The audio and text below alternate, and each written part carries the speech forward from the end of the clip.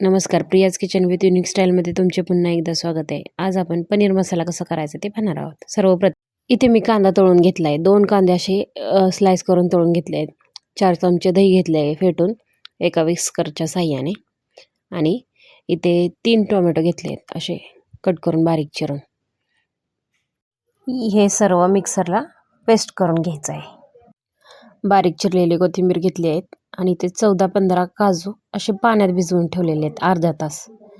आता हे सर्व एकत्र मिक्सरला बारीक करून घ्यायचं. इथे मी पनीर शॅलो फ्राय करून हे कोमट पाण्यामध्ये असं डिप करून ठेवलेलं आहे, कारण पनीर असं कोमट पाण्यामध्ये ठेवलं की पनीर छान मऊ राहतं.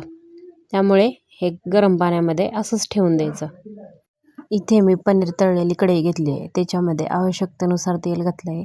तेल छान गरम झालं की त्याच्यामध्ये 1 चमचा मोहरी, 1 चमचा जिरं आणि थोडासा कढीपत्ता घालून घेते.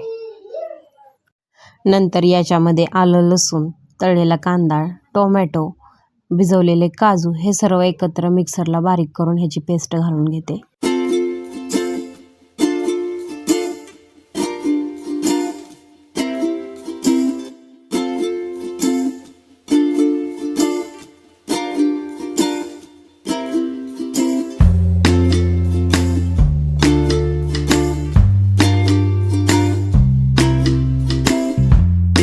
आणि ही सर्व ग्रेव्ही छान तेल सुटेपर्यंत परतून घ्यायची. 1 मिनिट हे छान परतून झाले की त्याच्यामध्ये बाकीचे मसाले घालून घ्यायचे. आता त्याच्यामध्ये बारीक 1 चमचा हळद, 1 चमचा धना पावडर आणि 1 चमचा काश्मीरी लाल मिरची पावडर.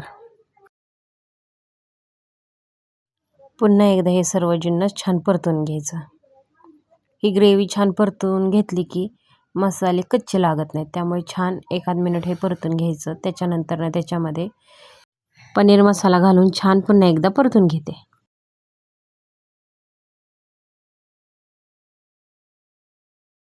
एखाद मिनिट हे छान परतून झालं की त्याच्यामध्ये अर्धा चमचा गरम मसाला घालून पुन्हा हे सर्व जिन्नस हलवून घेते. पाहू शकाल ह्या ग्रेव्हीने तेल सोडायला सुरुवात केलेली आहे. आता त्याच्यामध्ये 1.5 चमचा चटणी घालते आणि चवीप्रमाणे मीठ घालून घेते.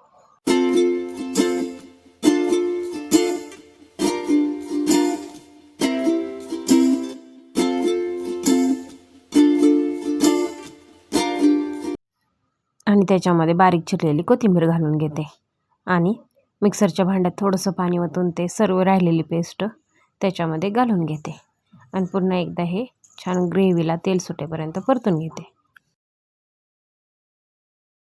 आणि थोड्या वेळ त्याच्यावर झाकण ठेवून हा मसाला छान वाफवून घेते. हे पहा, ग्रेव्हीने बऱ्यापैकी तेल सोडलेलं आहे. आता त्याच्यामध्ये 3 ते 4 चमचे एवढं दही घालून घेते. इथे हे दही आंबट वापरायचं नाही. आंबट दही घातलं तर भाजीची टेस्ट आंबट लागते. त्यामुळे तुम्ही आंबट वापरू नका इथे दही.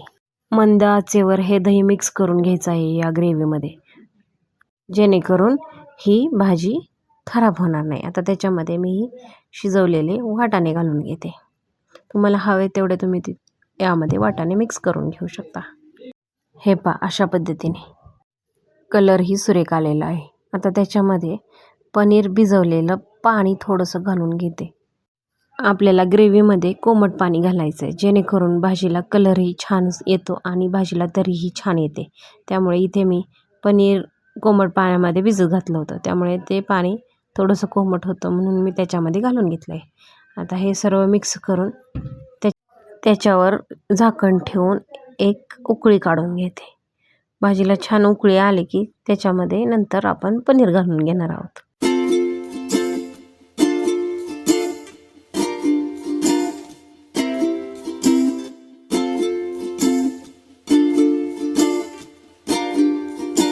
हे पहा, भाजीने बऱ्यापैकी तेल सोडलेलं आहे. आता त्याच्यामध्ये इथे मी घरी बनवलेलं पनीर घालून घेते.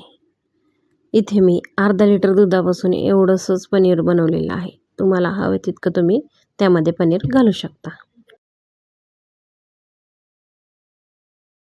आणि थोडीशी त्याच्यावरून बारीक चिरलेली कोथिंबीर घालून हे पुन्हा एकदा छान झाकून ठेवते आणि हे पुन्हा 1 मिनिट हे वाफलून घेते. 1 मिनिटानंतर तुम्ही पाहू शकता भाजी अप्रतिम दिसते. नक्की ट्राय करून पहा, तुम्हाला नक्की आवडेल. जर तुम्ही माझ्या चॅनलवर नवीन असाल तर सबस्क्राईब करा, लाईक करा, शेअर करा, कमेंट करा आणि असेच नवनवीन व्हिडिओ पाहत राहा. आणि कमेंट करून सांगा आजची ही रेसिपी तुम्हाला कशी वाटली. चला तर भेटूया अशाच एका नव्या रेसिपीमध्ये. तोपर्यंत बाय बाय, टेक केअर.